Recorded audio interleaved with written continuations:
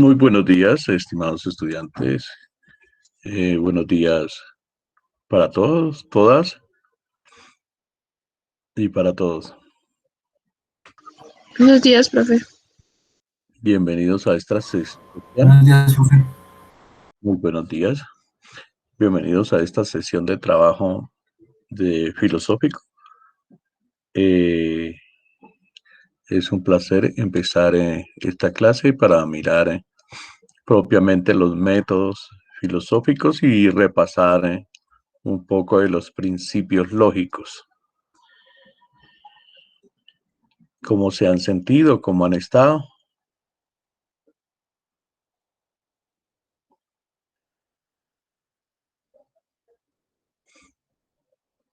¿Cómo han pasado estos días? ¿Cómo les ha ido?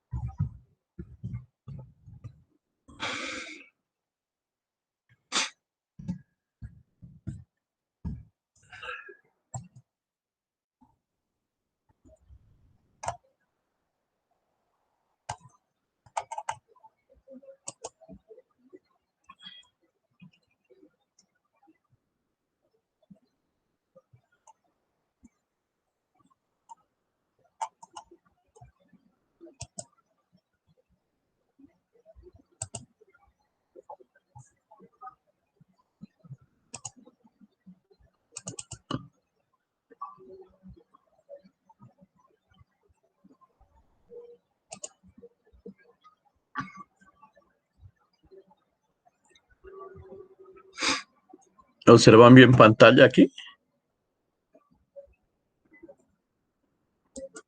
Sí, señor profe. Listo. Entonces vamos a iniciar con nuestra guía. Vamos a iniciar con nuestra guía y para que la realicemos en esta clase los que no han alcanzado a hacerla. Entonces vamos a hacer la guía en esta clase, ¿listo?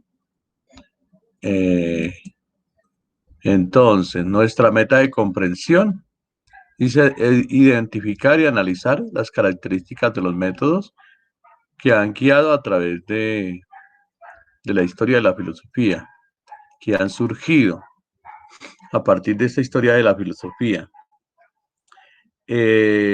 Ya son los métodos, ustedes ya lo conocen en filosofía, pero es necesario repasarlos, volverlos a encontrar para que los utilicen en su lenguaje natural. Aparece la rutina de pensamiento, creo que esta rutina de pensamiento ustedes ya la hicieron. ¿Qué ven en este cuadro? ¿Qué es lo que de pronto ustedes piensan de este cuadrito? ¿Y qué preguntas surgen a partir de este cuadrito? Eso ya, esto es un punto, pues es básico, pero lo pueden hacer cada uno de ustedes. Yo no creo que sea tan difícil. La meta de comprensión que nos proponemos en esta unidad es identificar y analizar las características del método, de los métodos que han surgido a través de la historia de la filosofía. Y pues yo le agrego identificar esos principios lógicos que debe tener la verdad. ¿Qué es la verdad? Esa verdad epistémica o nociológica también, a la cual nos queremos acercar. ¿Cuál es la meta de comprensión? Esa. ¿Qué meta de comprensión se propone cada uno de ustedes? Pues yo creo que eso es particular. Cada uno de ustedes se propone una meta. Puede ser, digamos, alcanzar el camino para convertirse en un mejor estudiante, identificarse con un método de investigación. propiamente filosófica. Sí, porque existen dos clases de métodos también, el método científico o el método de las ciencias positivas y muy parecido a él el método de las ciencias sociales y particularmente el método filosófico, que sería el otro método que encontramos ahí. Nos preguntamos en primera instancia, ¿qué es un método? ¿Qué es un método? Y pues podemos definir contestando que un método es un camino, son unos pasos ordenados para alcanzar la verdad, para aproximarnos a la verdad. Es un discurrir, es un correr detrás de la verdad, utilizando unos pasos ordenados. ¿Sí? Unos pasos ordenados. Un método es un camino, según, según la definición de método. Vamos a comprobarlo acá. Método, el método.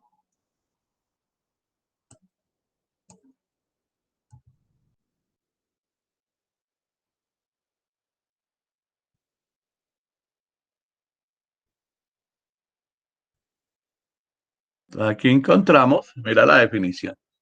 Método es modo ordenado y sistemático de proceder para llegar a un resultado o fin determinado. Encontramos que eso es un método, un procedimiento que se sigue para conseguir algo. Realmente para conseguir algo nosotros utilizamos los métodos. La difusión de los métodos, bueno, métodos anticonceptivos, dice acá, y empieza a dar definiciones de métodos. ¿Qué significa método? Miramos por aquí otro. Dice método es un modo, una manera o una forma de realizar algo, de formar, de forma sistemática, de organizar algo, de encontrar algo. Bueno, método, método científico. El método científico es un método de investigación busca la observación, la experimentación, la medición, la formulación, el análisis y la refutación de la hipótesis. Entonces ahí empezamos a ver lo que es un método. Yo creo que ya ustedes han contestado esa pregunta en este momento. Ahora pasamos a contestar la pregunta de conocimientos previos, ¿qué es la mayéutica? ¿Qué es la mayéutica? Y eso sí quiero como preguntarle a ustedes qué es la mayéutica. Para ustedes, ¿qué es la mayéutica?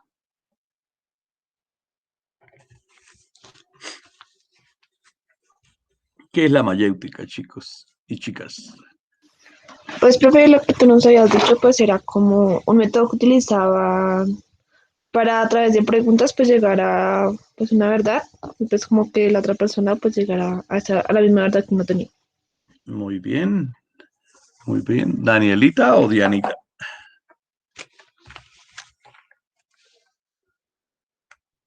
Diana, profe. Diana. Muy bien, Diana. Un método, el método mayéutico, como tú lo dices, es una serie de preguntas, más que todo es un método socrático. Es socrático porque el primero que lo utiliza es Sócrates, pero es una serie de preguntas que buscan, pero son unas preguntas ordenadas, que van de una pregunta particular a un conocimiento universal, ¿sí?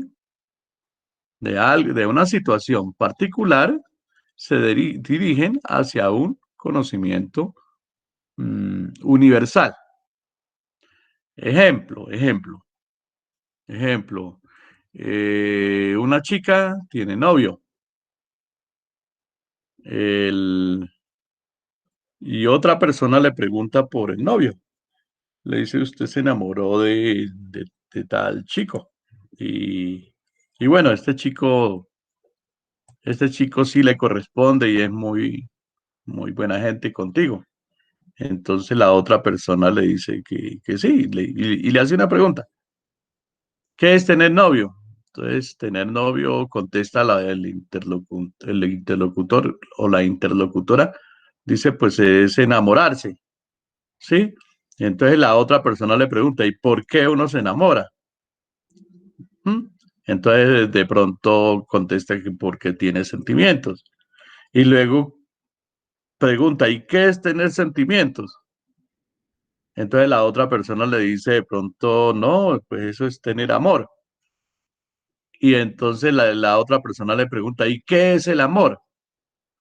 Entonces la otra persona tendrá que contestar, eh, no sé algo. Y finalmente le pregunta, ¿y de dónde sale el amor? ¿Existe o no existe el amor? Hasta que la persona termina diciendo, pues bueno, no sé nada de eso ya, no, la verdad no sé. Eh, llega como a un punto en que todo lo que sabía como que se derrumba, porque en sí no se sabía, no se sabe totalmente nada sobre lo que se está hablando. Bueno, entonces la mayéutica es un método que utiliza también la ironía, utiliza la ironía. Miremos algo de la mayéutica. Mayéutica,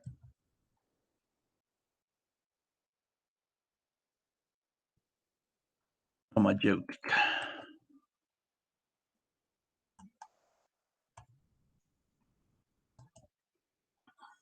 Bueno, vamos a mirar aquí algo sobre la mayéutica.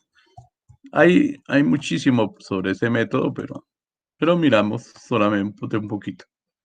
La mayéutica, del, del griego mayéutike, significa matrona, partera o comadrona. ¿Qué tiene que ver una matrona, partera o comadrona con la mayéutica?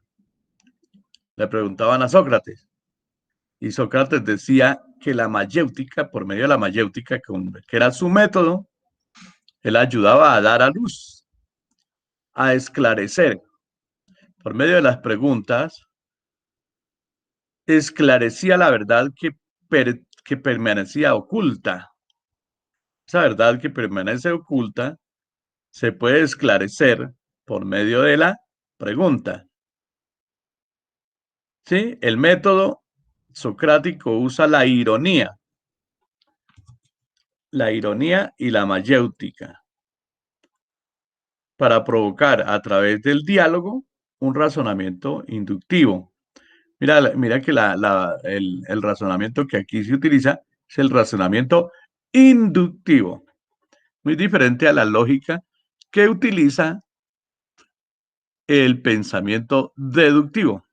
La lógica, y generalmente la lógica aristotélica era deductiva, en cambio la mayéutica es inductiva, porque va de una pregunta particular a un conocimiento universal, de una verdad particular a uno universal. Ejemplo, lo que les estaba comentando, de identificar a un novio o a una novia, se llega a una pregunta por el amor.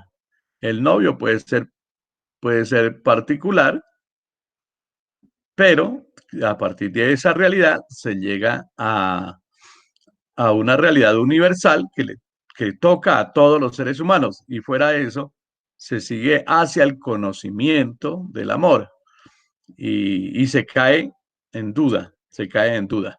Entonces la mayéutica también a la duda, conduce a la duda, conduce a esclarecer la verdad y se pregunta por cada una de las partes de la verdad, de esa verdad lógica.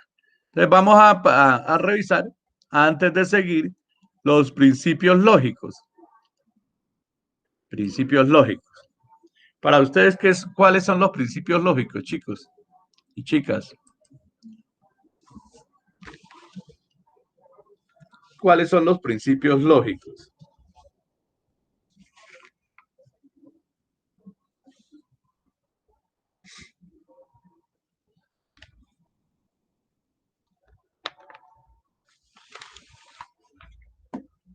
Ta, tara, ta. ¿Cuáles son los principios lógicos, chicos, chicas? Isabelita está por ahí. No la veo. Ah, sí, por ahí está Isabelita. Sofía estaba escribiendo por acá. Venga, la mayéutica ayuda a buscar la verdad. Sí, estoy de acuerdo. Isabelita no tiene micrófono. Ávila Sofía está en tierra caliente. Está en tierra caliente, ¿cierto? Sí, profe. Qué chévere. Sí, pero también está haciendo frío acá, no lo puedo creer.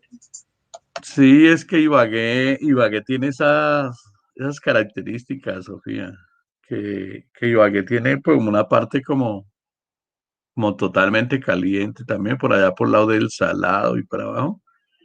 Y hacia arriba es frío. No sé si tú estás en Ibagué en la parte de abajo o arriba, de acuerdo a donde esté, hay frío. Y ahora con este tiempo de invierno, todo el frío como el nevado baja por ese cañón del Conveima y baja a la ciudad y tiene que ponerse un saco porque le da mucho frío.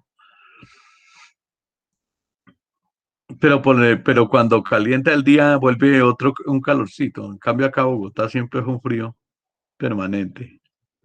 Y creo que en Funza hace más frío que Bogotá, porque cuando he estado en Funza he sentido el más frío allá en Funza. Ávila que dice, profe, estoy por los lados del Salado. Sí, por ahí es calientico cuando hace calor, uf, eso es enorme cuando hace calor, sino que ahorita es por el invierno, hace mucho frío. Sí, sí, yo por ahí me he quedado cerca por el Salado. Bueno, pero entonces, ¿cuáles son los principios lógicos? Sofía, para ti, ¿cuáles son los principios lógicos que debe tener toda verdad, con la cual se debe identificar toda verdad?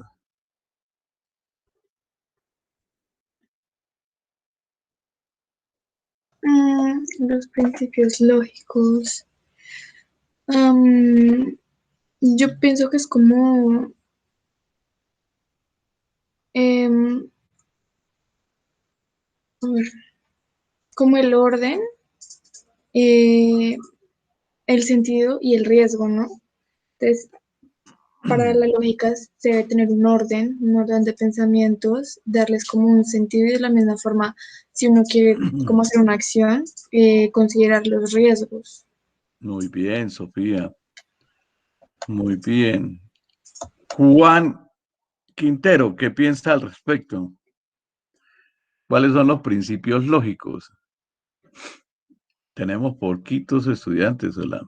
10 estudiantes nomás. Levantó la mano. Profe, que ¿Sí? son como las primeras verdades, o sea, como lo que se cree primeramente junto con, no sé, como con la verdad y como con evidencias que se requiere del tema. Muy bien. María Samantha Agudelo.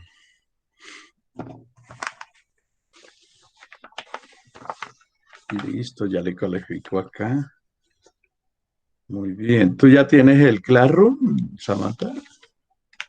Sí, profe, ya. Listo.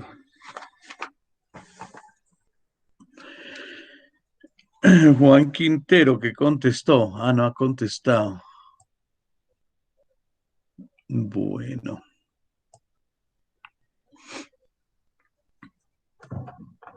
profesor no lo vimos el año pasado, o sea, lo habíamos escrito, ¿no? Que Ujú, nos decían que sí, el pensamiento pues se regía por cuatro principios lógicos, que si no estoy mal sí, era el de identidad, el de no contradicción, sí, creo, sí, el del tercero excluido y de razón suficiente. El de pues identidad nos decía que todo objeto es idéntico a sí mismo, que nos decía, o sea, con la premisa, los ejemplos, por decir así, que A es A. El de no contradicción es imposible que algo sea y no sea al mismo tiempo. Del sí. texto excluido, creo que decía que todo que un ser, sí, creo que era esa o la otra, bueno. Y la razón suficiente dice que todo objeto debe tener una razón suficiente que lo explique. Todo objeto debe tener una No razón sé si suficiente. eso sea la explicación de cada uno, pero es la que recuerdo. Sí, eso lo vimos el año pasado. Sí. Entonces yo quería como repasar un poquito eso para poder, digamos, me parece que es necesario como recordar esos cuatro principios que son propios de la lógica aristotélica para luego hablar de la lógica como método también, ¿sí? Como método de razonamiento. Muy bien, López Castro Estefanía, esa es, eso es lo que estoy preguntando ahí. Es preciso eso, ¿sí? López Castro Estefanía. Muy bien. Bueno, entonces vamos, de todas maneras, lo mismo que tú dijiste, lo vamos a explicar acá con estas diapositivas que encontré acá. Dice lo mismo, pero entonces para que quede, para que nos quede claro, ¿listo? Entonces Aristóteles postuló cuatro principios de la lógica. Ellos son la identidad, la no contradicción, la razón suficiente y el tercero excluido. ¿Sí? Cada uno de estos juicios que se tienen con respecto a algo y con lo que se busca su respectiva explicación de la lógica. A estos postulados se les puede llamar también como leyes del pensamiento. Sí, ahí lo clave es como son leyes del pensamiento para clarificar ese pensamiento. Entonces, el principio de identidad, como usted ya nos lo dijo, todo, todo, todo cuerpo es parecido a sí mismo, todo ente, ¿sí? Más que todo en ontología, nosotros hablamos en filosofía que los cuerpos son entes, entonces todo ente es igual a sí mismo, es idéntico a sí mismo, por eso el principio de identidad también es excluyente, porque se excluye todo lo que no sea sí mismo, ¿sí? A es igual a A. Claro que en Aristóteles él decía que si A es igual a B y B igual a C, entonces A será igual a C, pero en eso daría una visión flexible de la identidad, identificar un cuerpo con otro. Pero estrictamente A es igual a A. Y ya no sería igual ni a B ni a C, sino A es igual a A. La vida es la vida. Tú eres tú. ¿Sí? Eh, Café es café. Chocolate es chocolate. Pero, pero no hay otra posibilidad intermedia. Ahora bien, se explica también esto como a nivel de lo negativo y lo positivo. P es P, no P es no P. Q es Q y no Q es no Q. Pero pues de ahí mismo ese principio de identidad sale el principio de tercero excluido. Y también sale el principio de razón suficiente. ¿Cuál es el principio de razón suficiente? El principio de razón suficiente dice que todo tiene una razón, todo tiene una causa, un por qué sucedió. Es decir, hay una explicación racional para cada suceso. Por ejemplo, los juegos de azar tienen una explicación porque si se analizan todos los elementos que participan, siempre dan una respuesta, dan un resultado, y entonces con eso se llega a una conclusión que dentro del caos, también existe el orden. En aleatorio también siempre nos presenta una respuesta. Entonces, en este caso, la razón suficiente siempre está presente. Entonces, la pregunta socrática o la mayéutica, también se dirigía hacia la identidad de la verdad, hacia la razón suficiente, a que, a que esa razón suficiente no fuera contradictoria. Entonces, es que tanto el método de la dialéctica que nace con este Platón y que venía desde Heráclito, pero que se empieza a mirar en los diálogos platónicos, esa dialéctica y luego la lógica aristotélica también están incluidas en la pregunta socrática, en la mayéutica. Sí, la mayéutica siempre se pregunta por ese ser universal, se pregunta por esa verdad universal, pero se pregunta es por la identidad de esa verdad universal. Se pregunta que no haya contradicción en esa verdad, que tenga, que tenga una razón suficiente, un origen, y que esa razón sea contundente, y al mismo tiempo que, que se excluya todas terceras opciones. Pues yo lo concibo también desde el método mayéutico, concibo también el método lógico y el método dialéctico, pero ahorita les voy diciendo más o menos lo que entiendo y ustedes van formando su conocimiento, porque cada uno de ustedes debe formar un conocimiento diferente. Principio del tercero excluido. Afirma que se puede dar dos juicios contradictorios y dos juicios contrarios, pero nunca un juicio intermedio. Y aquí dan un ejemplo. Dice, pero en cambio, los juicios contradictorios son, por lo menos María es baja o María es alta. En un caso tal, si el primer juicio, si es baja y eso es verdadero, entonces la afirmación ser alta sería falso. Pero lo contrario, si María es alta y eso es verdadero, María, cuando se presenta como proposición y que afirma que sea baja, pues ser bajo sería falso, pero no habría un término medio en este caso, ¿no? Pues en la vida real sí, en la vida real sí hay términos medios, pero nos referimos a la lógica proposicional de Aristóteles o lógica formal.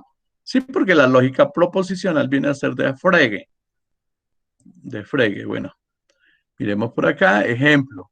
Si se afirma María es alta, esto yo ya lo estaba diciendo.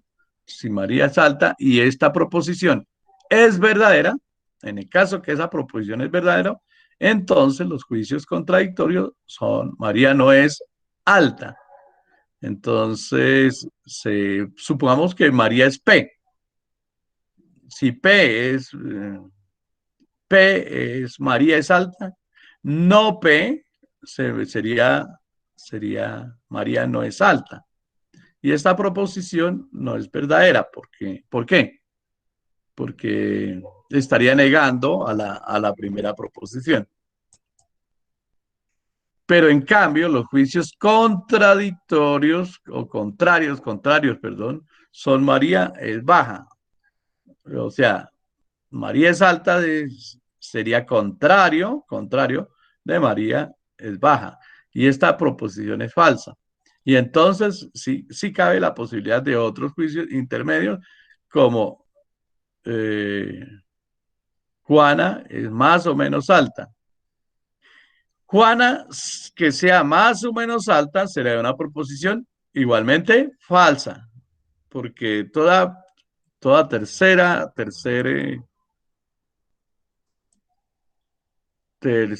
juicio queda excluido. Sí, principio de la contradicción afirma que hay una imposibilidad de concebir dos juicios contrarios y verdaderos con relación a un mismo objeto. Por ejemplo, el limón es ácido o el limón no es ácido. Es una cosa o es la otra, pero pues no pueden ser las dos cosas a la vez. Los principios lógicos son los que nos confirman la validez de las leyes del pensamiento que se considera correcto, los que nos confirman la validez de ese pensamiento. Bueno, que ese pensamiento sea válido. Y aquí vamos a ver un pequeño video donde nos dicen lo mismo que dijo Estefanía, lo mismo que dijo José Miller, pero pues lo dicen con otras palabras y ya pues no le gastamos más tiempo, no le vamos a gastar más tiempo a esto, sino que para que nos quede claro. De todas formas, ahora pregunto para ustedes ver qué entendieron de esto. Vamos por acá y miremos por acá. Principios lógicos. ¿Me confirman si escuchan? En esta presentación veremos... Si escuchan ahí el Sí, audio de señor la profe. presentación. Muy bien. Entonces los invito a que veamos estos principios lógicos y luego pasamos a ver la lógica y la dialéctica, ¿listo? Entonces voy a cerrar mi micrófono.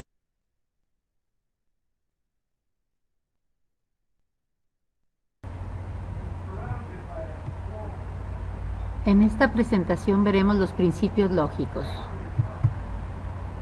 Principio es todo aquello de lo cual procede algo.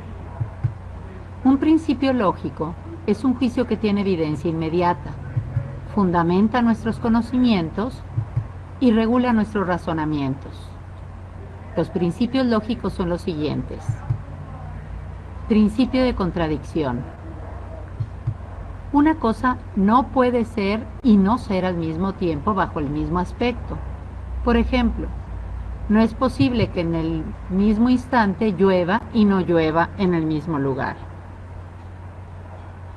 Este principio podemos encontrarlo también como principio de no contradicción, que dice que es imposible ser y no ser, y fue propuesta por el filósofo Parménides, y más de un siglo más tarde, Aristóteles matizó la proposición de Parménides y formalizó los orígenes de la lógica. La función asignada por Aristóteles es la siguiente.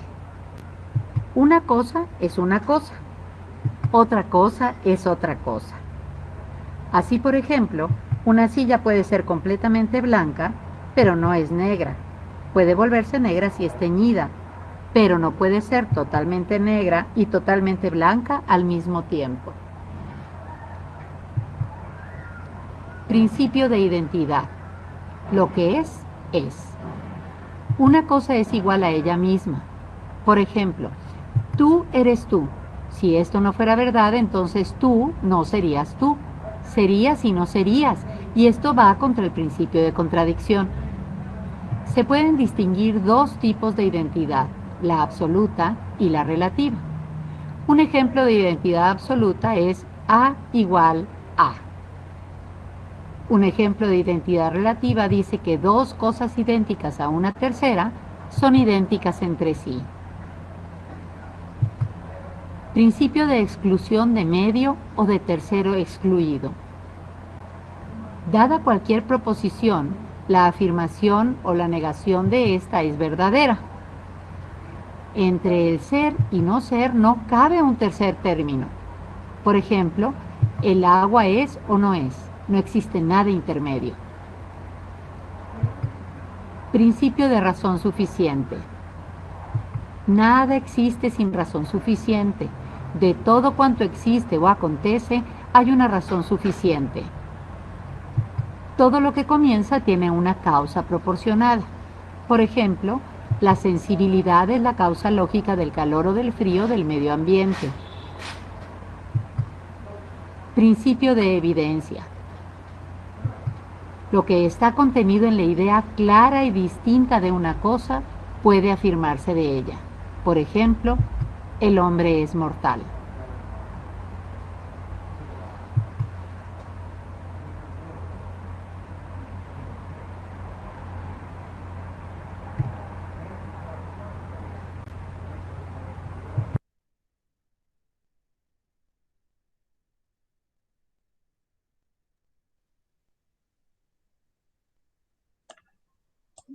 Bueno, chicas y chicos, ¿qué entendieron de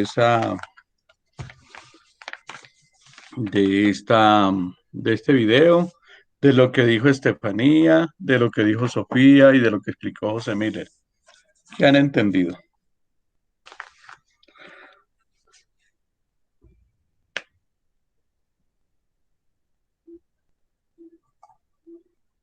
Juan Cruz ya puede hablar ahora sí.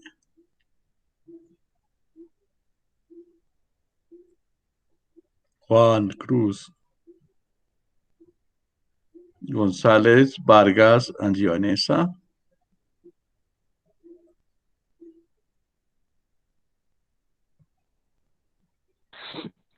Buenos días, profe.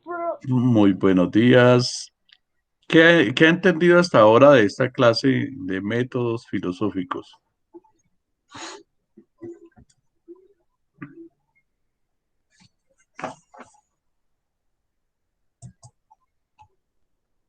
Cuéntame.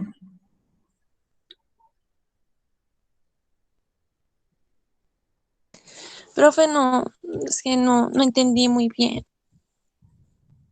No he No, entendido. no, profe. ¿De qué estaban hablando?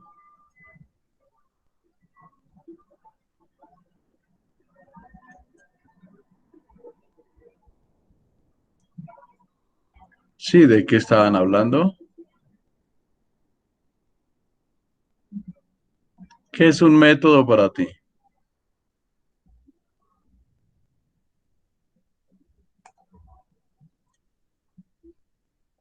¿Has utilizado un método en alguna ocasión o no? ¿O no lo ha utilizado? Pues sí, profe. Sí.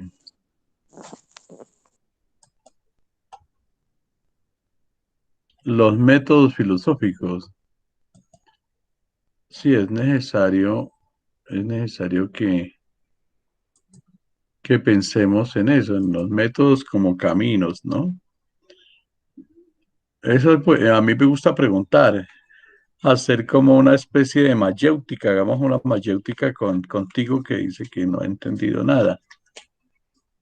Entonces, yo le pregunto, ¿y para ti qué es entender?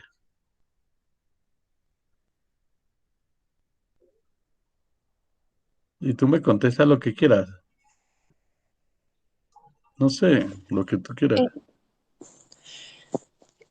¿Qué entiendo por entender? Es sobre, pues, cuando uno entiende, pues, algún tema o algo por específico.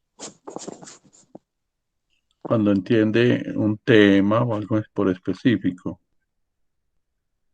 ¿Eso le pasa a todos los seres humanos? O sea, ¿el acto de entender le pasa a todos los seres humanos? ¿O solamente a ti? No, profe, yo creo que le puede pasar a todos, ¿no? Muy bien. Entonces,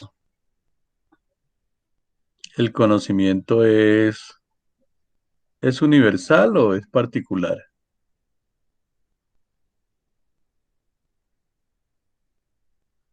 Es particular, profe, El conocimiento es particular. ¿Y cuál es la diferencia entre particular y universal? porque universal es cuando pues como varias personas, no sé cómo explicarlo. Bueno, Sí, tienes la idea. lo tengo, pero no sé cómo explicarlo. Universal es cuando pues varias personas o todas hablan de algo, o sea, sí, opinan. Y en particular es cuando tú solamente tienes el pensamiento, o sea, cuando tú solamente pues, sabes cómo se lo explicas a los demás o lo o algún tema o algo que te guste, que quieras investigar más al fondo de él. En este caso, pues es lo que estamos viendo. Muy bien. González Vargas, Angie Vanessa. Mira que tú dices que no está entendiendo, pero sí entiende.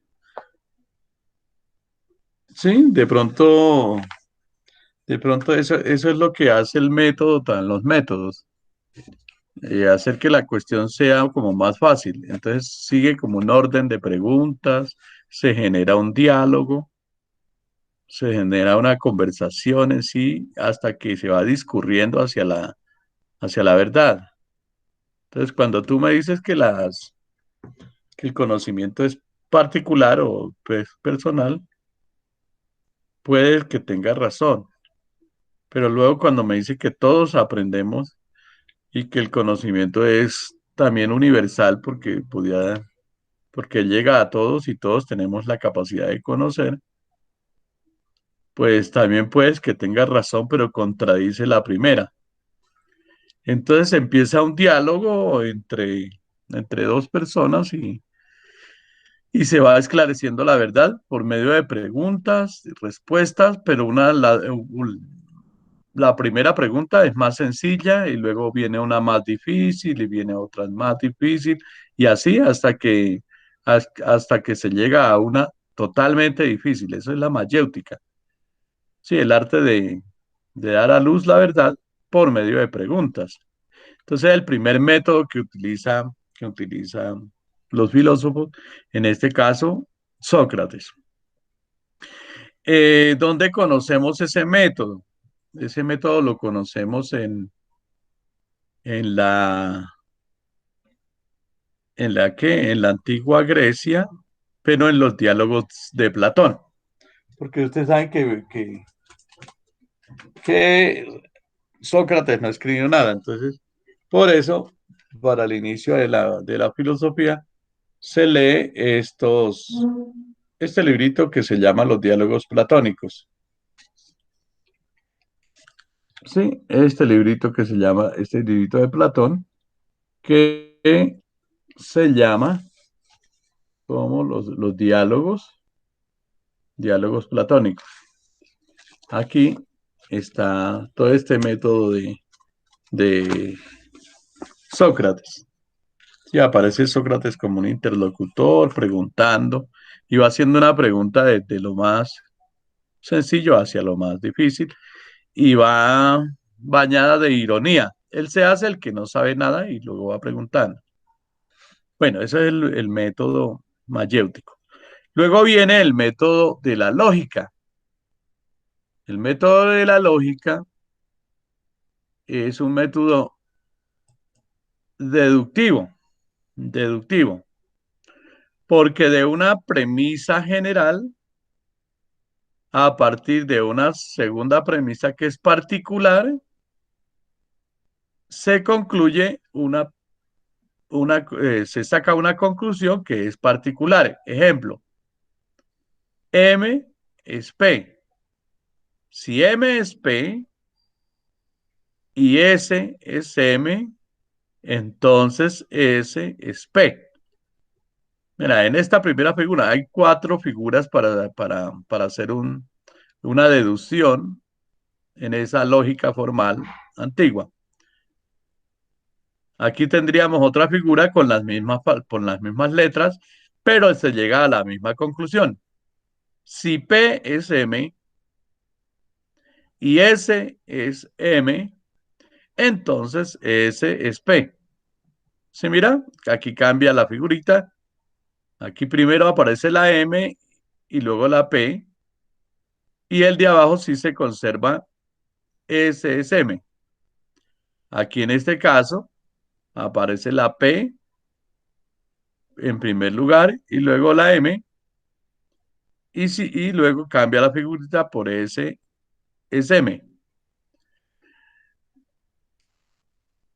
Si M es P y M es S, entonces S es P. Profe, creo que no está compartiendo pantalla. Qué pena. Qué pena. Venga. No, qué falla. Yo aquí emocionado mostrándole la figurita y ustedes no veían nada. No, qué cosa tan chistosa. Listo, ahora sí. Ahora sí. Sí, profe. Sí, profe. Toca reírse uno del infortunio. Bueno, volvamos otra vez. ¿Listo? Entonces, la mayéutica es por parte, son preguntas. De una pregunta sencilla, particular, se llega a una pregunta universal. Esa es la mayéutica. Ahora pasemos por la lógica. La lógica generalmente se encarga de dar explicaciones deductivas, ¿cierto? Donde se deduce una información de una información ya dada. Esto es bien bonito ponerle uno cuidado a esto. Entonces, de una premisa mayor y por medio de una premisa menor, se llega a una conclusión. ¿Sí? Esto tiene unos términos. Dice silogismos o categorías. Son razonamientos deductivos introducidos por Aristóteles en el siglo IV antes de Cristo. Constan de tres proposiciones eh, categóricas. Dos de ellas son las premisas y la restante es la conclusión. La estructura general de un silogismo es el siguiente: premisa mayor, premisa menor y conclusión. Esta especie de silogismos siempre son así, pero los términos cambian de orden, ¿sí? Los silogismos categóricos están formados por proposiciones categóricas. Existen cuatro proposiciones categóricas. La primera, aquí está especificada con las letras A, E, I, O, ¿cierto? La primera dice todo S es P. Esa es universal, afirmativa. E, ningún S es P. Esa es universal, negativa. Y algún S es P. O, algún S no es P. Esta es universal, que particular, afirmativa y particular, negativa. Aquí es universal, negativa y acá universal, afirmativa. ¿Por qué dicen que este es un método deductivo? Porque de una premisa mayor o de una verdad ya conocida, se infiere una verdad particular. Una verdad se simplifica. Un silogismo categórico tiene exactamente tres términos. Tiene un sujeto, tiene un predicado y tiene un término medio, ¿sí? Que se identifica por las letras S, M y P, o S, P y M. Llamamos término el sujeto al que aparece en primer lugar en la conclusión. También aparece la premisa menor y la premisa mayor. y el término medio. Entonces vamos a ver por acá, modo y figura. Llamamos modo de un silogismo a la particular configuración de proposiciones categóricas que forman las premisas y la conclusión. El modo de un silogismo queda definido por tres letras que identifican la premisa mayor, la premisa menor y la conclusión respectivamente. Entonces, miramos un ejemplo. Modo de silogismo. Decimos todo P es M. Ningún P, ningún S es M. Por lo tanto, algún S no es P, es de modo A, E, O. ¿Por qué A, E, O? Porque toma esta A que está acá, todo S es P, todo S, todo P es M en este caso. E, ningún S es P, aquí otra vez ningún S es M. Y finalmente algún S no es P. Ese es el modo AEO, por lo que dice A de acá, mire, de esta figurita, E de esta figurita y O de esta figurita. Esto lo deberíamos haber visto el año pasado, pero pues el año pasado no lo alcanzamos a ver. Yo dije, voy a repasarlo en esta clase, porque toca aprovechar. De pronto, en algún momento les sale alguna pregunta o de pronto ustedes también en matemáticas lo ven. No sé si en matemáticas han estado viendo esto, pero esto también se ve en matemáticas. Y las tablas de verdad. De las tablas de verdad también tenemos que ver alguito para que aprendamos digamos, armar esas tablas de verdad. Las tautologías. También llamamos sujeto o término que ocupa el primer lugar a cualquiera de las premisas, el predicado al que ocupa el segundo lugar. En el silogismo anterior, el sujeto de la premisa mayor es P y el predicado es M. Y el sujeto de la premisa menor es S y el predicado es M. Así también como de la conclusión. Acá también en estas figuritas, estas son cuatro figuras que se pueden formar a partir de la posición que va teniendo en los términos. El término medio o el término universal, entonces va formando una figurita. Ejemplo, la primera figura, M, si M es P y S es M, entonces S es P. Entonces, mira, aquí se saca de esta unión. Si M es P y S es M, entonces S es P. Y se coloca acá. Ahora, aquí en la segunda figura cambia la premisa universal. Si P es M y S es M, entonces S es P. Entonces se daría aquí esta con esta. ¿Sí me hago entender? Acá en este caso, en la tercera figura, si M es P y M es S, entonces S es P. Entonces S es P. Entonces se da la figura acá, esta con esta. Y acá, si en la cuarta figura, si P es M y M es S, entonces S es P. Lo único que se busca como método es, como método deductivo, es deducir la verdad de una premisa mayor eh, por medio de una premisa menor y llegar a una conclusión y clarificar cierta verdad.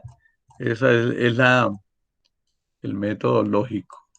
Bueno, voy a preguntar por aquí a quién le preguntamos. No sé, Sofía está por aquí todavía, sí. Está juiciosa. ¿Qué ha entendido, Sofía? ¿Usted qué es matemática?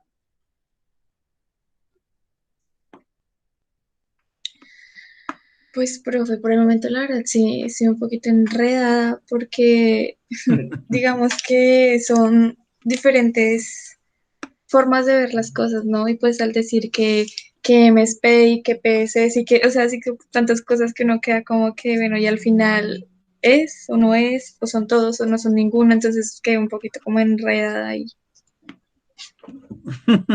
Em, ¿Qué más puedo decir? Que sobre todo lo que una parte que más me gustó fue la parte de los principales em, como conceptos, bueno, principios lógicos, los primeros principios lógicos, porque sí me parecieron como bastante importantes, en especial como el de la identidad. Y sí, como en especial de la identidad, el que A es igual a... Y ya, profe. Bien, bien, Sofía. Sí, igualmente en estos cursos de lógica, y eso que es una lógica sencillita, mm, tiende como a confundirse, pero no. Lo que se trata con esa lógica es clarificar la verdad, no confundir, sino, sino clarificar la verdad. Entonces, eso es sencillito, mira. Eh, Eso se explica mejor con un ejemplo. Ejemplo, S es P.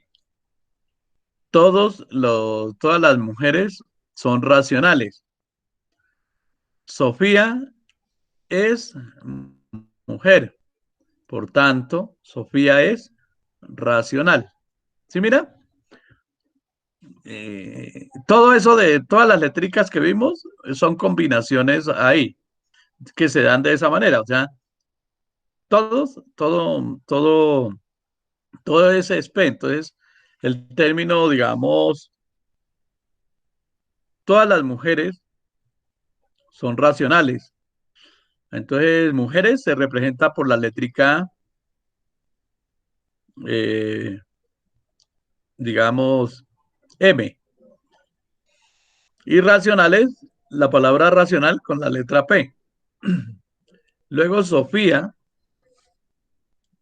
como es singular porque es una sola, entonces se coloca S. Y racional se coloca la misma P. Entonces, ahí se deduce que Sofía es racional y se coloca, en vez de colocar Sofía es racional, que queda muy largo, para no escribir eso, solamente se dice todo S, todo P es M, y si S es P, entonces S es M. A partir de esa, en el lenguaje, con el lenguaje natural se aprende más fácil. Los antiguos decían por lo menos todos los hombres son racionales. Listo, eso sería la premisa mayor. Y de esa premisa mayor se decía, se daba una afirmación menor o particular. Decía Sócrates es hombre. Y de eso se concluía, entonces, por lo tanto, Sócrates es racional. ¿Sí? Entonces, de todos se sacaba, se bajaba a lo particular al hombre, a Sócrates. Todos los hombres son racionales. Sócrates es hombre. Entonces, por lo tanto, Sócrates es racional. No sé si me hice entender mejor con ese ejemplo. Sí, profe, creo que ya entendí mejor. Muy bien. Sí, porque cuando uno se mete como en las létricas, eso como que lo confunden. Pero no se trata de confundirse uno, sino de clarificar el pensamiento.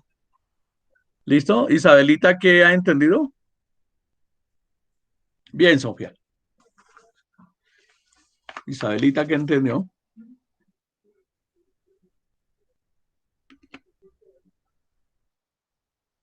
No sé. El dope es, Estefanía, ¿qué le ha agregado a lo que ya sabía? Porque por lo visto yo vi que ya usted sabía bastante Pues lo sobre... que le agregué más o menos serían como los ejemplos, o sea, cómo se definiría cada letra, porque las letras lo confunden a uno, ya que en muchos casos usamos como diferentes letras. Sí, Entonces, en identidad, como dice a esa, como nos dice a esa, entonces sería el mismo sujeto definiéndose como el mismo. Entonces sería como, digamos, yo soy yo, la A sería yo. sí, ¿Me hago entender más o menos? sí, correcto.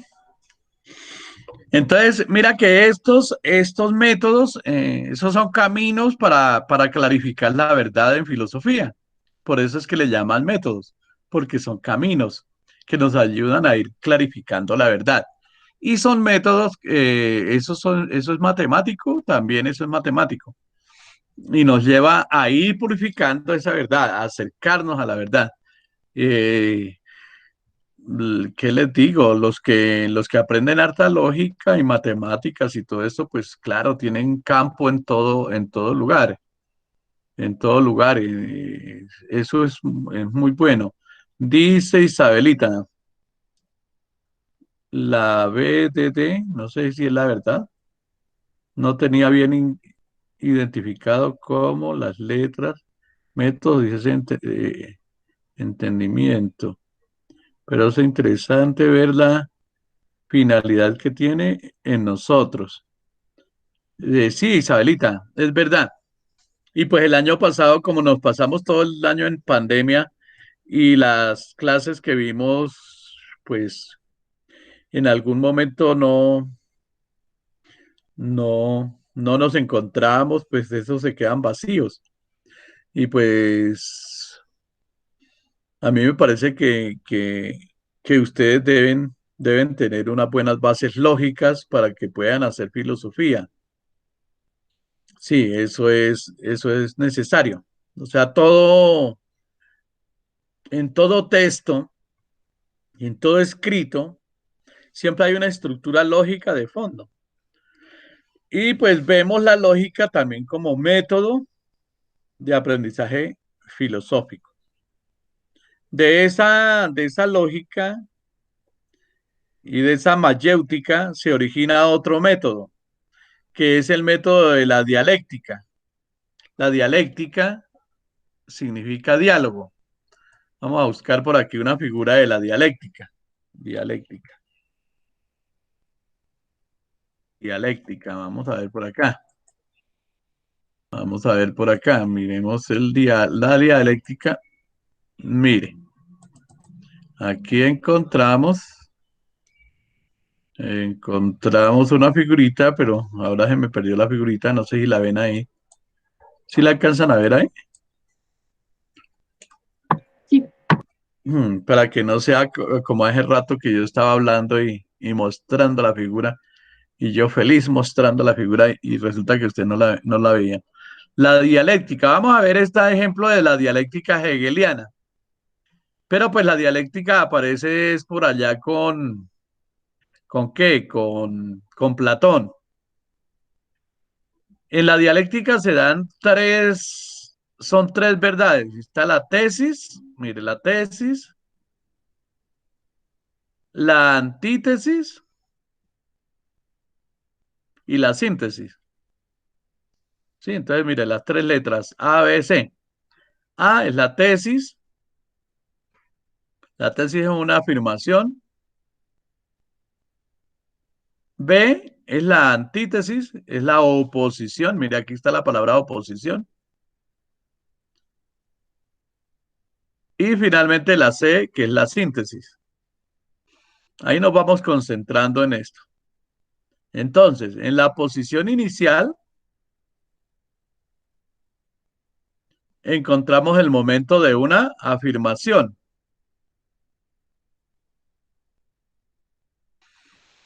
En la siguiente posición, en la posición contraria, es el momento de la negación. Y en la síntesis, se da la posición final, es el momento de la negación de la negación. Es decir, de A y B, sale una verdad ya compuesta, una composición, una verdad que se representaría en C.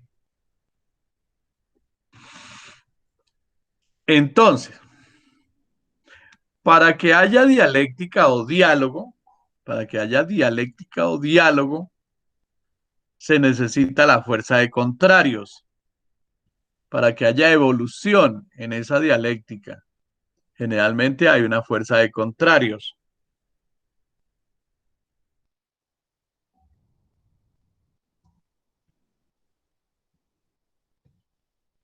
Hay una fuerza de contrarios. Hay una tesis que afirma, hay una antítesis que niega lo afirmado y hay una síntesis que busca conciliar entre los contrarios. ¿Sí? La dialéctica viene del griego diálogo, sostener una conversación polémica. Algunos filósofos de la antigüedad entendían por dialéctica el arte de descubrir la verdad, poniendo de manifiesto las contradicciones en la argumentación del adversario y superando estas contradicciones. Sí, esas son definiciones que van dando acá. La definición clásica, aquí dice la wiki. Aquí en Wikipedia ustedes encuentran harto toda la dialéctica también. La dialéctica, del griego dialéctiken, literalmente, técnica de la conversación con igual significado en latín, dialéctica, es una rama de la filosofía cuyo ámbito de alcance han variado significativamente a lo largo de la historia. Sí, eso ha ido cambiando el concepto. Originalmente designaba un método de conversación o argumentación análogo a lo que actualmente se llama lógica. Pero bueno, ahí yo creo que no estoy de acuerdo tanto con eso. Estoy de acuerdo más con esta parte de abajo, entre la tesis, la antítesis y la síntesis, tal como lo entendió Hegel y como lo entendieron los clásicos antiguos también, que ellos también hablaban de esta técnica. Entonces, ejemplo, bueno, pongamos un ejemplo así como de política. No sé, para alguna de ustedes, Uribe es buena gente y está siempre haciendo cosas buenas por el país. Pero otro de ustedes dice que Uribe no es buena gente, que Uribe lo que está acabando es con el,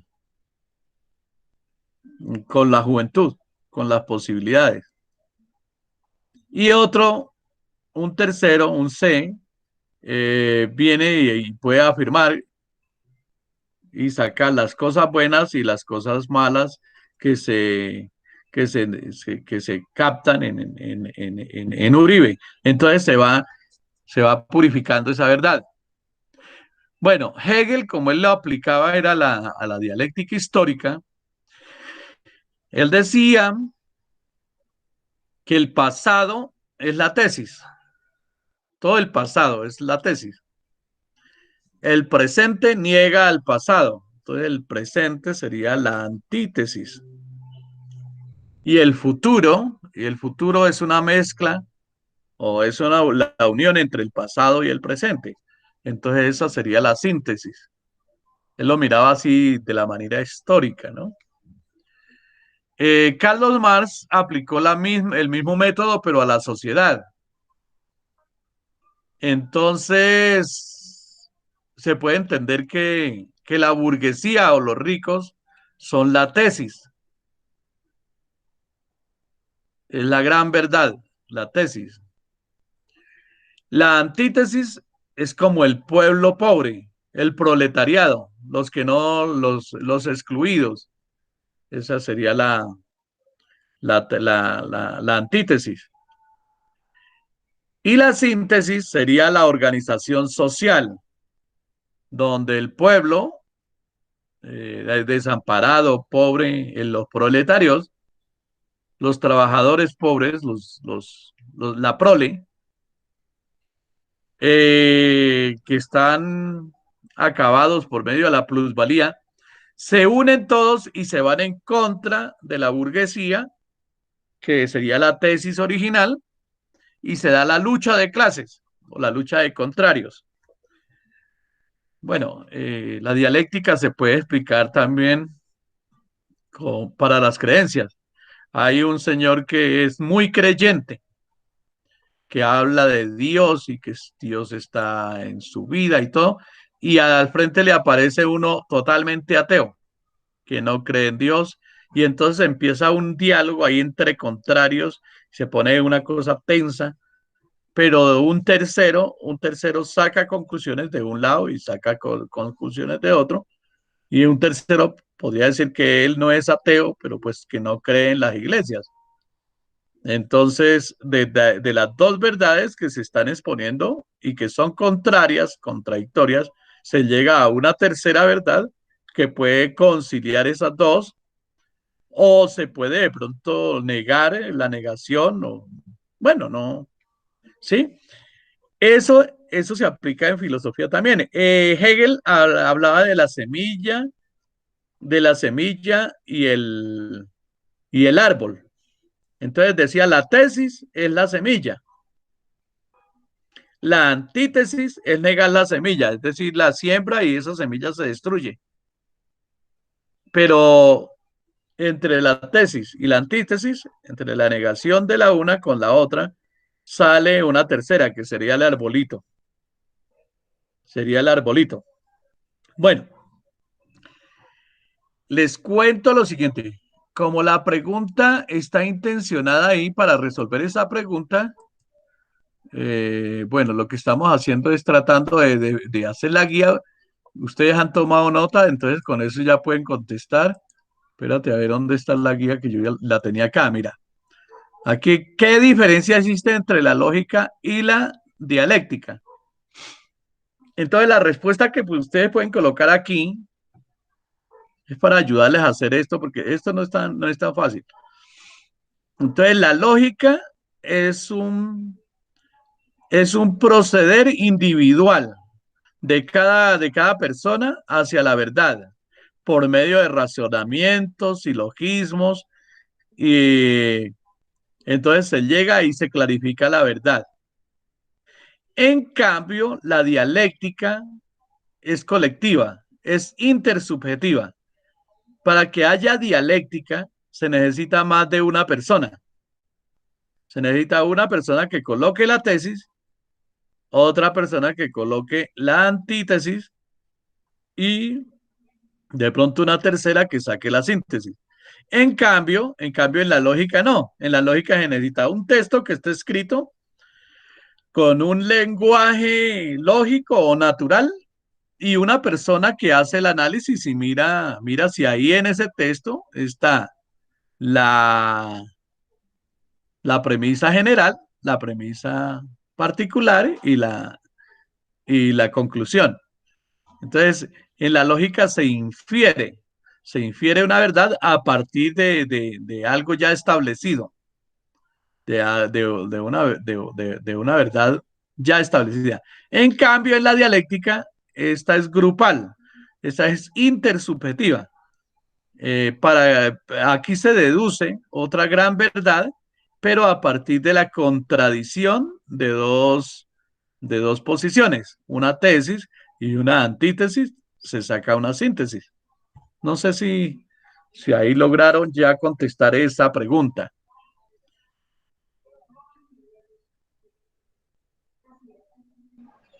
No sé, pregunto. ¿Lograron contestar esa pregunta, chicos, chicas?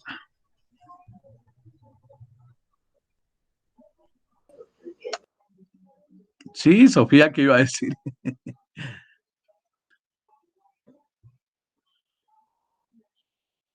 ¿Qué iba a decir, chica? La pregunta, profe, la diferencia entre la qué, Lógica. entre la lógica y la dialéctica, ¿verdad? Sí. Ah, Entonces, la pregunta, lo que se puede, pues algo sencillo que usted puede contestar ahí, porque eso siempre es complicadito, pero algo sencillo es que por lo menos la lógica es un método individual que busca deducir, y si quiere, cópielo así literal y luego lo vamos pensando. Busca deducir de una verdad general, deducir o inferir una verdad particular.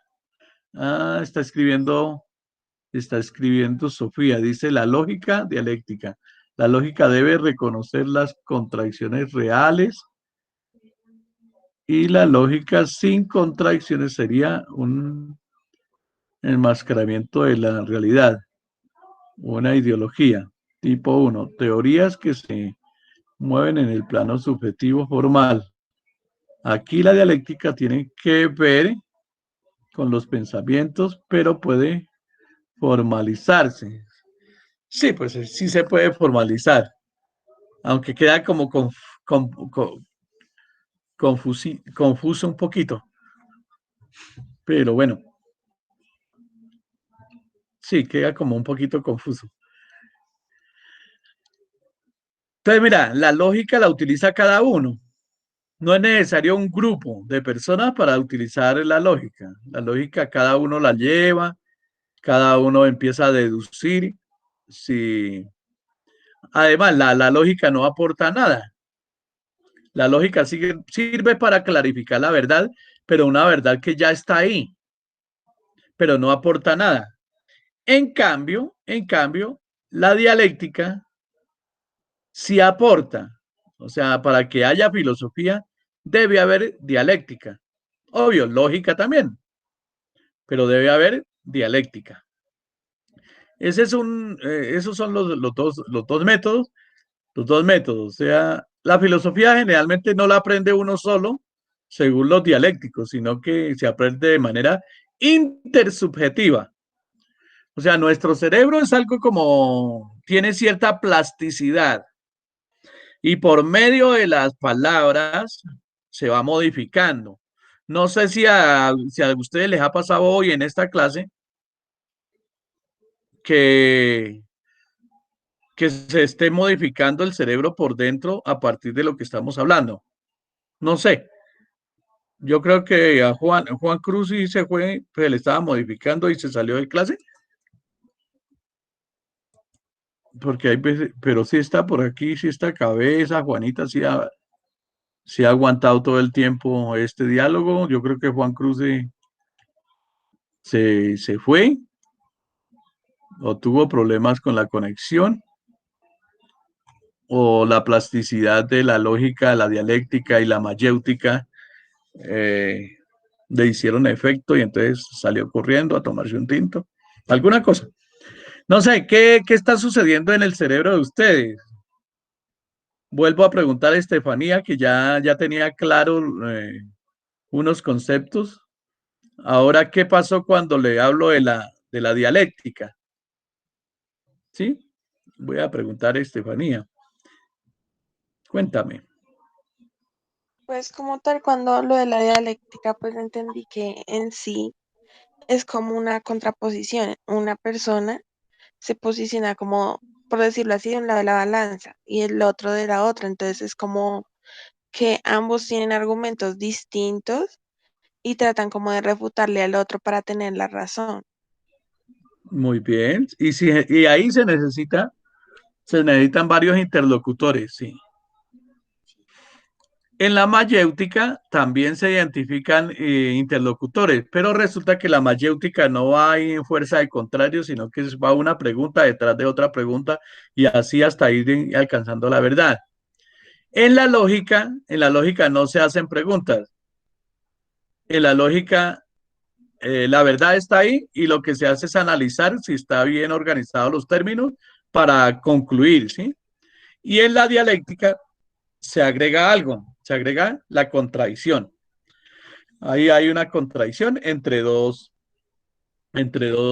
sujetos, y de esa contradicción se deduce algo. O se niega la negación, o se reafirma la afirmación, y se deduce algo, o de las dos partes se saca un resultado. Ejemplo, en Kant uno puede ver esa parte de la dialéctica, no tanto como en Hegel, porque es que el padre de la dialéctica del siglo XIX fue Hegel, pero en Kant aparece, Kant toma los empirismos, el empirismo, y todo lo del empirismo lo toma de un lado, eso sería A, que sería la tesis, el racionalismo lo toma del otro lado, eso sería la antítesis, y saca el criticismo, que es la síntesis, ¿sí? De un A, empirismo, y un B, racionalismo, saca un C, que sería ¿qué? El criticismo o la filosofía trascendental. Eso lo hace Kant. Eh, Después en Hegel, pues Hegel eso es bueno, Kant se lo aplica al conocimiento, ¿no?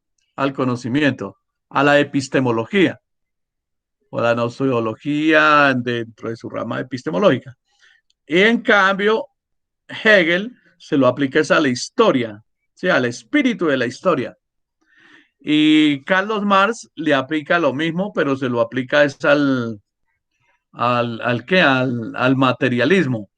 Al materialismo dialéctico y a la lucha de clases, a la política, porque él va a ser un filósofo de la política, un filósofo de la economía, ¿no? Entonces le aplica eso a la misma dialéctica, le da otra aplicación.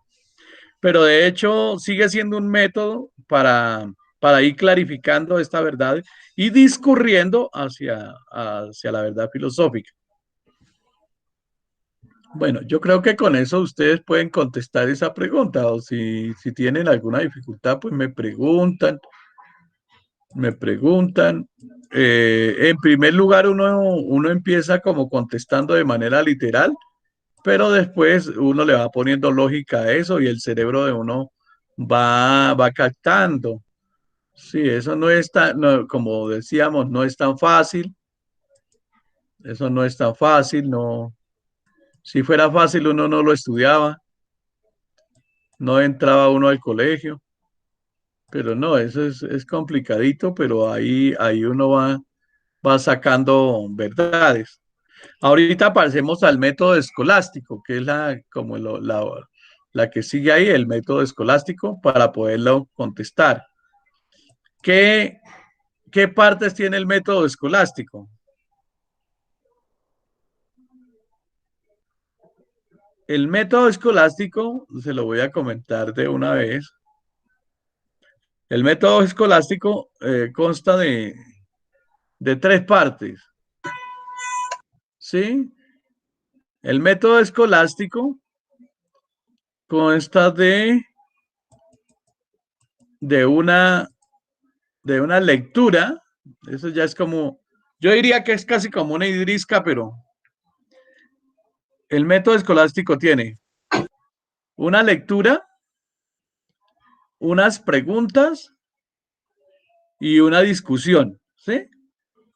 Ese lo utilizaban de esa manera. Entonces, estaban los estudiantes, estaba Tomás de Aquino con todos los benedictinos y entonces decían, bueno, vamos a leer el primer diálogo de Aristóteles y a todos les pasaban un pergamino, los mandaban a leer por allá en una pieza separada, cada uno iba y preparaba la lectura. A esa lectura le hacía unas preguntas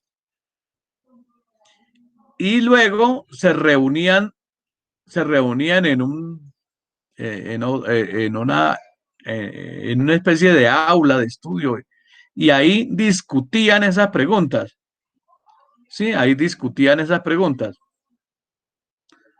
y sacaban una verdad a partir de lo que habían leído. Entonces, en latín se dice de la siguiente manera, se dice la letio, la questio y la disputatio. Sí, la letio era la lección, la lectura. Se lo pasaban en un pergamino, como les iba contando. La cuestión era que le hacían preguntas a esa lectura, formulaban varias preguntas a esa lectura y finalmente la disputatio. La disputatio era la discusión que se generaba y llegaban a una verdad. Quien, quien en la discusión sabía defender su posición, pues pasaba el examen.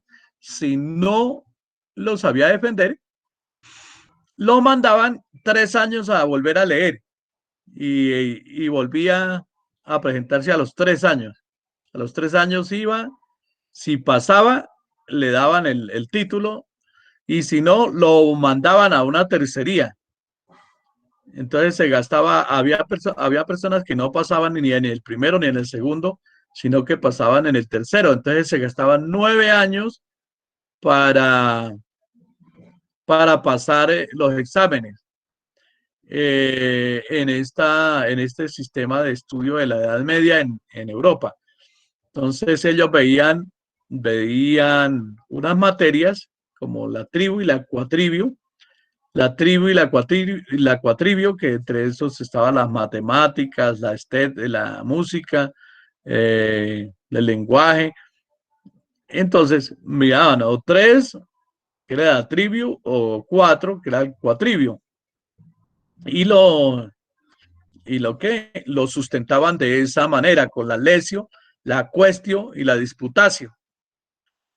Era como el método de comprensión que ellos utilizaban. Ahí no agregaban casi nada de conocimiento, porque ya lo que ellos aprendían o memorizaban era lo que ya estaba escrito ahí, ¿no? El interés era un interés técnico para mantener unas verdades que ya estaban ahí y entonces se las aprendían de memoria. Todavía nosotros tenemos esos métodos, nosotros todavía tenemos esos métodos. No sé ustedes cómo trabajan, digamos, en español. Si les dan un libro y ese libro le hacen una reseña y esa reseña le hacen unas preguntas y sacan una discusión y llegan a hacer un informe de lectura y la profesora califica eso y entonces les dice, sí, pueden pasar. Algunos aprenden, otros no aprenden nada, pero pasan. ¿Sí? Pues no sé, en estos casos de filosofía, por lo menos nosotros utilizamos un diálogo, el profesor les explica, ustedes hacen una tarea en un pedazo de papel y ahí pues aprenden algunas cosas y el profesor les coloca, digamos, cuatro, cinco y pasan, pero algunos aprenden, otros no aprenden nada. Esa es la verdad.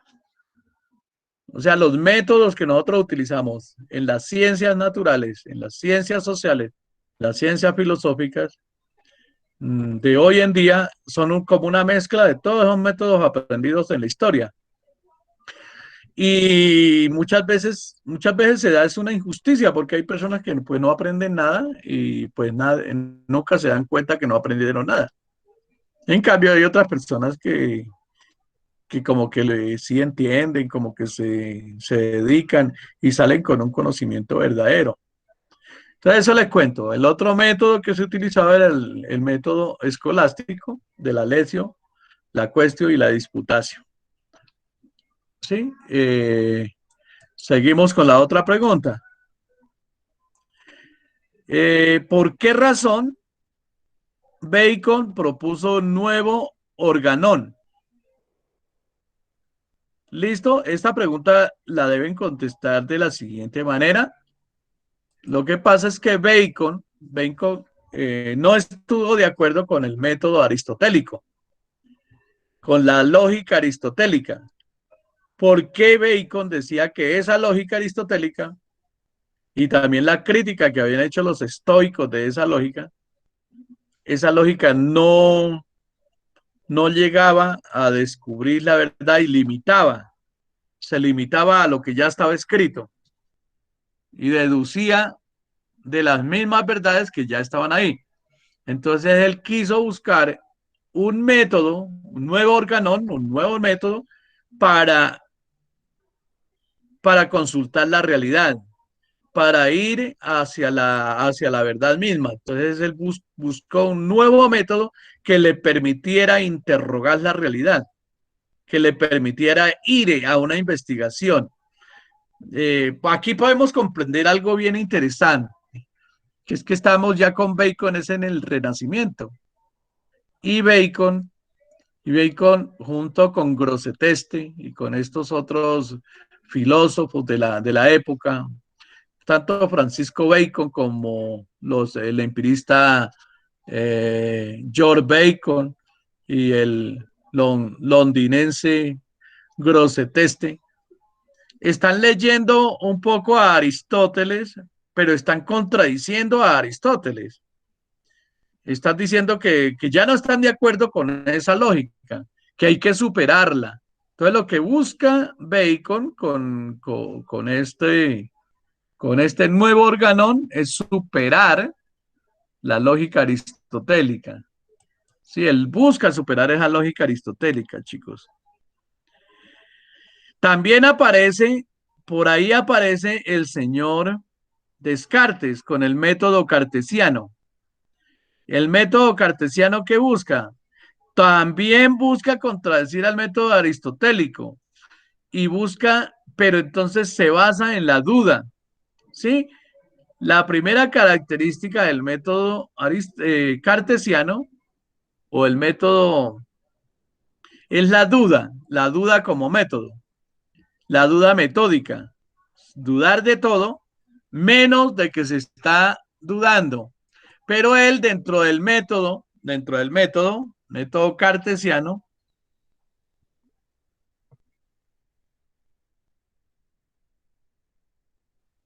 Descartes coloca cuatro elementos o cuatro reglas. Entonces les voy a mostrar, no sé si aquí están viendo la pantallita.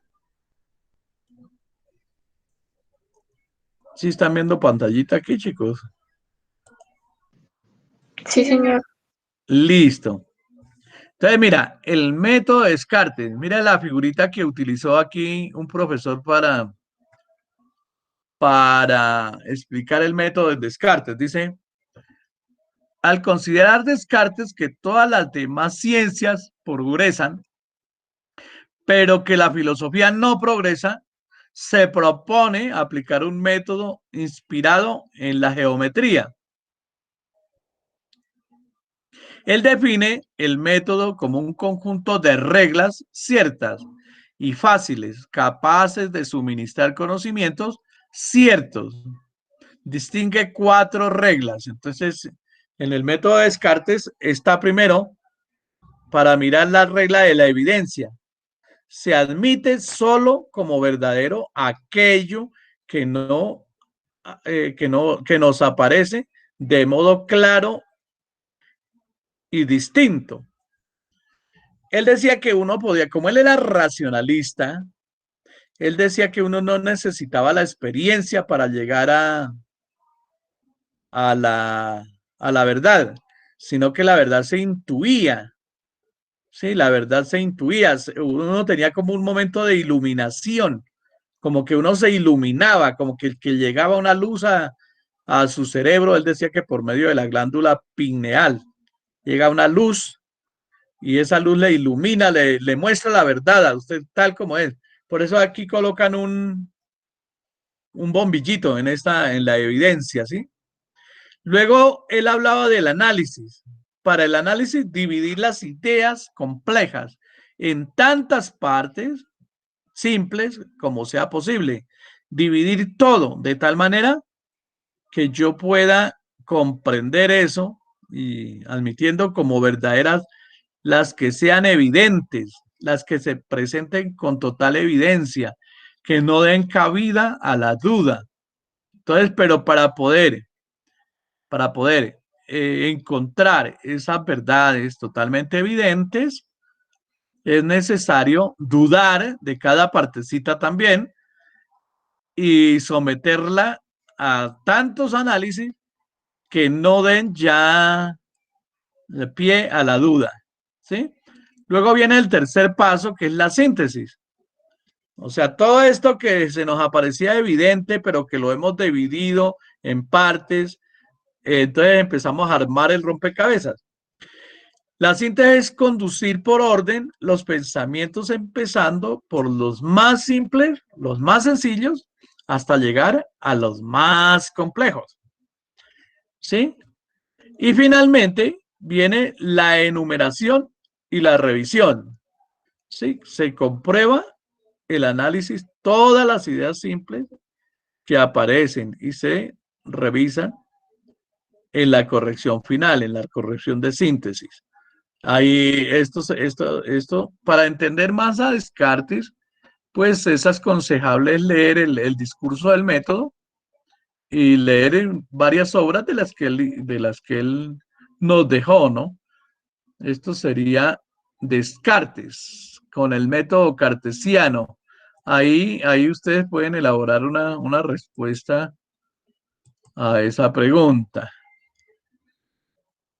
La otra, ¿cuáles son las características? Ah, ya, eso ya lo expliqué. Yo creo que ustedes tomaron nota y ya pueden contestar. ¿Cómo se analiza la realidad a partir del método estructuralista? Sí, el método estructuralista. Bueno, para el método estructuralista, eso es otra cosa diferente. Ya el método estructuralista nos dice que todo tiene unas bases de fondo, ¿cierto? Hay unas bases y esas bases conforman una estructura.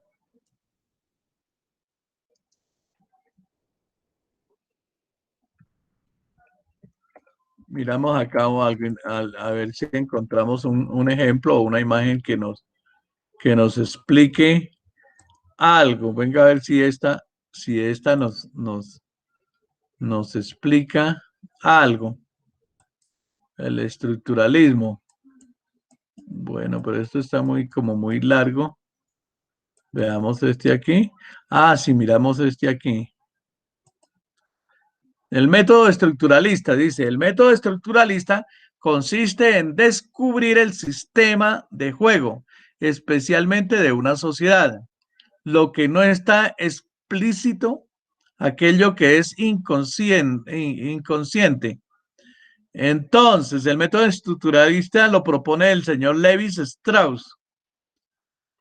Dice, hace un estudio de observación de los hechos en un momento dado, en un momento, en un corte sincrónico dado. Bueno, ahora nosotros manejamos que asincrónico y sincrónico, pero era como un momento dado, en un momento sincrónico. Segundo, considera los elementos integrantes no en sí mismos, sino en sus relaciones. O sea, todos los elementos están relacionados y hay una estructura de fondo, hay una estructura profunda. Tercero, intentar descubrir las normas generales para el funcionamiento de esa sociedad, formulando diversas hipótesis. Y esas bases, esas estructuras, no solamente están en la sociedad, sino que están en el cerebro de cada uno de nosotros. Nosotros actuamos porque tenemos unas bases, unos fundamentos estructurados dentro de nuestra forma de pensar. Y esos fundamentos estructurados que suceden en nosotros también suceden en la colectividad, en la sociedad. Y también suceden en todos los sistemas. En los sistemas filosóficos también se explican a partir de una estructura de pensamiento. Construir el modelo utilizado de todos los hechos observados y dar explicación a cada uno de ellos. Entonces, la totalidad, para los estructuralistas, la totalidad está hecha por partes. Y para entender la totalidad es necesario entender cada una de sus partes. Eso sería ahí para no confundirnos tanto con eso. Miremos la última. Pregunta, ¿qué importancia tiene en el estudio de la filosofía el método trascendental? Cuando hablamos del método trascendental, hablamos es del método kantiano, chicos. Método trascendental. Trascendental. El método trascendental es el método elaborado por el señor Emmanuel Kant, donde une la parte del empirismo y el racionalismo. Y saca una nueva síntesis, pero por aquí yo veía estas imágenes de Kant que nos colocan por acá, son chistosas, pero bueno. Método trascendental, vamos a ver si encontramos por aquí uno que nos explique. Yo cuando estuve preparando la clase vi uno por aquí que dije, con este podemos explicar esto, pero no lo encuentro, no, se me desapareció. Se me desapareció. Ciencia y fundamentos. Entonces, reducción trascendental, reducción existencial, reducción eidética, reducción ecológica. No, pero pues esto nos quita para hacer como todo una clase más profunda de eso.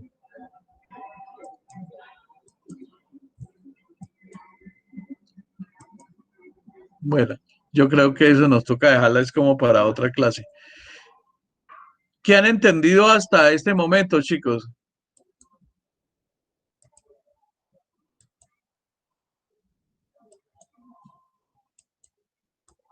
¿Qué han entendido esto? Fácil, complejo, divertido, qué chévere entender esto, me dio sueño, no sé. ¿Qué han entendido de todo esto, chicos? Chicas.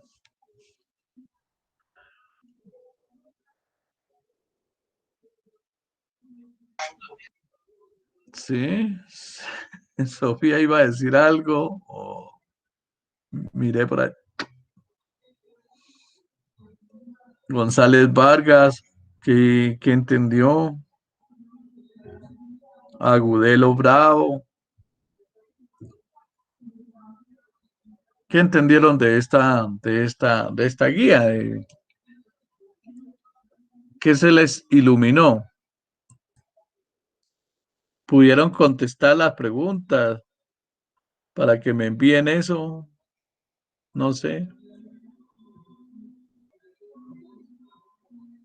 Profe, es que a mí solo me falta un punto. Y pues Sí. es en el que estoy. El cuadro es el que no entiendo bien. ¿Lo Ah, puedes explicar, por favor? el que no entiende bien es el cuadro de acá abajo. Sí, profe. Entonces, si quiere, mira, llenemos aquí. La mayéutica, su autor, Sócrates. El procedimiento, la pregunta. De dos ejemplos de aplicación. Profe, espera, antes de que sigues, cuando dice cuál es el procedimiento, ¿cómo que a qué hace referencia? A la forma como se elabora los pasos, la forma como se procede. Ah, entonces, como la mayéutica va por medio de preguntas para llegar, o sea, hace preguntas para llegar a recolectar nuevos conocimientos, entonces es como el procedimiento son las preguntas, ¿sí? Las preguntas elaboradas, sí, porque cualquier pregunta no. Ayer un niño me decía que los niños eran filósofos porque decían ¿por qué? ¿Por qué? ¿Por qué? Y que eran mayéuticos. Y entonces, pues yo le decía que eso no es mayéutica. La mayéutica tiene unas preguntas, pero son preguntas intencionadas, son preguntas elaboradas, son preguntas con doble sentido, ¿sí? Son preguntas que va de una pregunta simple y luego una pregunta más difícil y luego otra más difícil, hasta que la gente dice que ya no sabe nada. Hasta que la gente dice, no, ya quedé confundido, ya no, en este momento solo sé que nada sé. ¿Sí? Eso es la mayéutica. La mayéutica como que también lleva a reconocer la ignorancia, ¿sí? A reconocer que no se sabe nada. Y pues el filósofo es filósofo cuando reconoce su propia ignorancia. Cuando llega a esa situación límite de la ignorancia, cuando dice no, hay tanto por saber que no sé nada, ¿sí? Entonces, como no sé nada, amo el saber y empieza a amar la sabiduría y empieza a investigar más. Preguntas. Ejemplo. Digamos, preguntarse sobre un acto de justicia. Primero preguntar, bueno, que tu mamá te haya llamado la atención, ¿eso fue justo? Eh,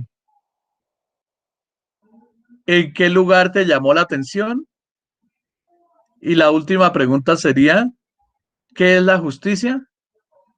Sí, a partir de una llamada de atención de una persona a otra y en el lugar y se llega a otra pregunta más profunda, a preguntarse por la justicia.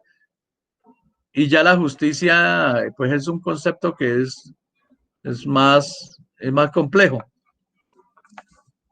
Y así con el amor también, el hecho de que una persona, digamos, tenga una mascota y que la quiera mucho y que diga que la mascota es fiel y todo eso. Entonces, a partir de eso, se le pregunta a esa persona, y entonces, ¿qué es el amor? Y entonces esa persona empieza a dar una cantidad de que es un sentimiento, que no. Entonces, sobre eso se le hace otra pregunta, o sea, ¿qué es un sentimiento? Y al final la persona no sabe ni qué es el amor, ni qué es el sentimiento, ni no sabe nada. Y la misma persona dice, no, pues no, de esto no sé nada, me toca profundizar más. La dialéctica. El padre de la dialéctica es Platón. Entonces el autor es Platón.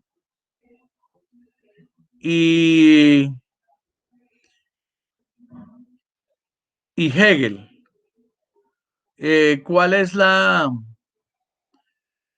el procedimiento? El procedimiento es un encuentro de contrarios, una tesis, una antítesis y una síntesis. Listo, y un ejemplo o dos, pueden colocar solamente uno para que no se compliquen la vida. Uno de los ejemplos sería una afirmación sobre el colegio, ejemplo, nuestro colegio es un colegio de calidad, diría, diría Estefanía. Juan ya entraría a la conversación y diría, y de ella daría todas unas justificaciones, una razón suficiente sobre lo que afirma. Entonces llegaría Juan y diría que no es de calidad y da todas unas afirmaciones sobre lo que está afirmando. Y finalmente, ¿quién? Isabela saca una conclusión de lo que afirmó el primero y lo que está afirmando el segundo. Y ella saca una conclusión, una síntesis. Entonces será tesis, antítesis y síntesis. Los autores de ese es Platón y quién más, y les dije, y Hegel. Bueno, hay muchos, pero coloquemos esos dos nomás. La lógica, la lógica es que aquí dice razonamiento lógico. Pues entendámoslo como lógica, la lógica. La lógica, el autor es Aristóteles. El procedimiento es una deducción. Se deduce de una verdad universal, una particular. Ejemplo, todos los hombres son racionales. Eh, Miller es hombre, por lo tanto Miller es racional. Eso puede ser un ejemplo. Todos los colombianos son latinoamericanos. Eh, Juan es colombiano, por lo tanto, Juan es latinoamericano. Todo ese es P, ahí sería. La duda metódica. Ya saben cuál es el autor de la duda metódica, ¿cierto? ¿Sí saben cuál es?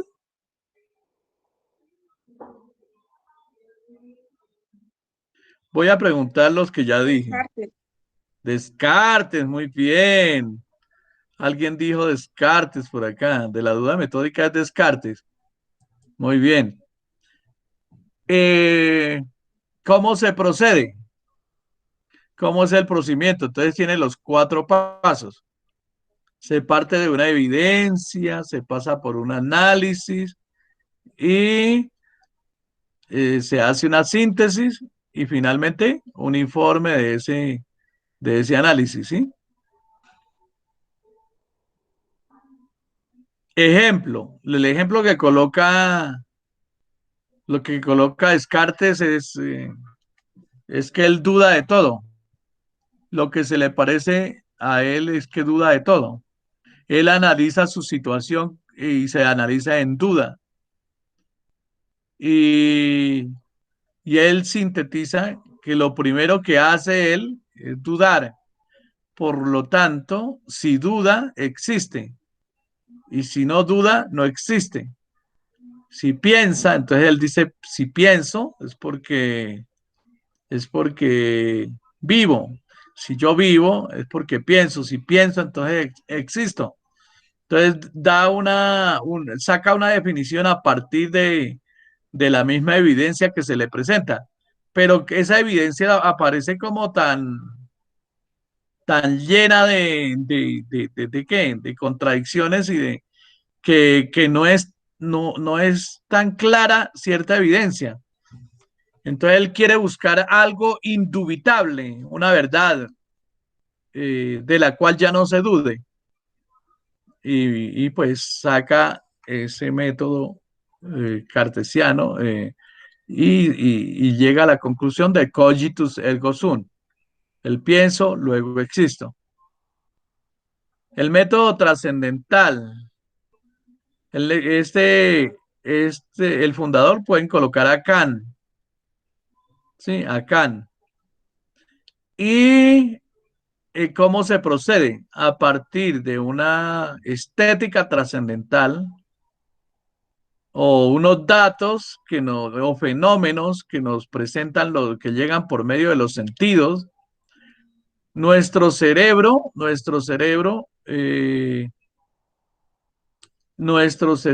elabora ese conocimiento y finalmente produce unos juicios en un lenguaje, unos juicios lógicos.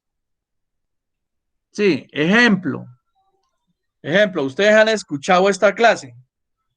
¿Por medio de qué? De sus oídos y de pronto por medio de sus ojos. Han visto ahí en la pantalla que yo aparezco y les digo cantidad de cosas, pero resulta que lo que yo les digo, eso no llega sino por ahí. Alguna cosita llega, muy, muy simple, llega ya a su cerebro. Y en su cerebro se produce toda unos procesos de transformación plástica dentro de su cerebro, suceden unos cambios y luego cada una de ustedes o cada uno de ustedes elabora unos juicios sobre la clase que estuvo recibiendo. Entonces, por eso se trasciende hasta la esencia de lo mismo que se está viendo. O sea, ninguna cosa nosotros la podemos conocer totalmente. ¿Sí? Nada lo podemos conocer totalmente.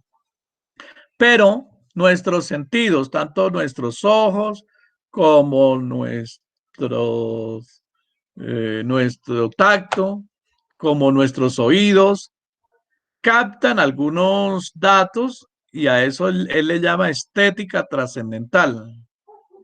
Y esos llegan al cerebro. En el cerebro, el intelecto, la inteligencia, les da una forma y los convierte en palabras, en oraciones. Y esas oraciones ya pasan a ser oraciones lógicas, que las puede entender otra persona. Y a eso le llama el método trascendental, pero se trasciende cierta realidad a partir de lo visto. El método estructuralista, el autor del método estructuralista es Levi Strauss. Podemos colocar a él, pero ustedes van a encontrar muchísimos más. Hay muchos estructuralistas, ¿sí? Hay muchos estructuralistas, pero en el lenguaje, por lo menos Ferdinand de Saussure o Saussure también aparece por ahí en esa lingüística estructuralista. Pero en filosofía estructuralista aparece Levi Strauss. Entonces, ¿cuál es el procedimiento? Es identificar los fundamentos o las ideas fundamentales de cualquier realidad, de una realidad social. ¿Qué ejemplo podríamos colocar? Nosotros podemos ver por lo menos que el presidente Duque está... Profe, tenemos clase de educación física, qué pena. Profe, si Uy, ya no, se si tengo acabó. alguna duda con el cuadro, ¿le puedo ir escribiendo? Uy, qué pena con ustedes. Yo me pasé, no vi la hora. No vi la hora. Entonces, cerremos aquí. Chicos y chicas, ¿qué significó esta clase para ustedes? ¿Fue valiosa o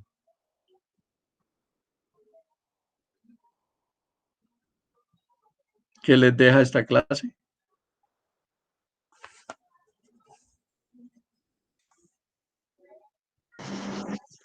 A mí me aportó mucho que, digamos, en el tema de lo de A es igual a P, pues que tiene mucha atención para pues entender, porque pues no es un tema muy fácil, pero pues es interesante.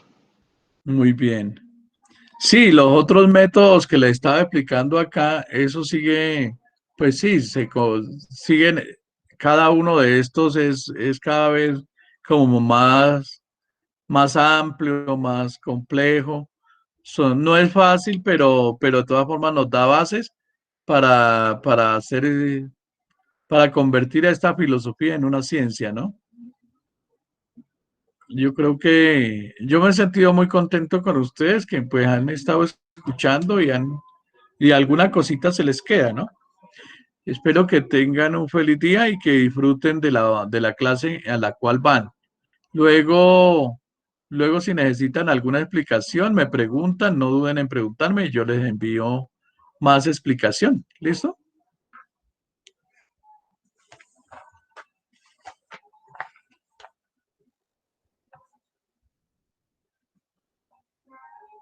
Entonces, que tengan Bueno, profe, hasta luego. un feliz día, un abrazo, saludos para sus familias.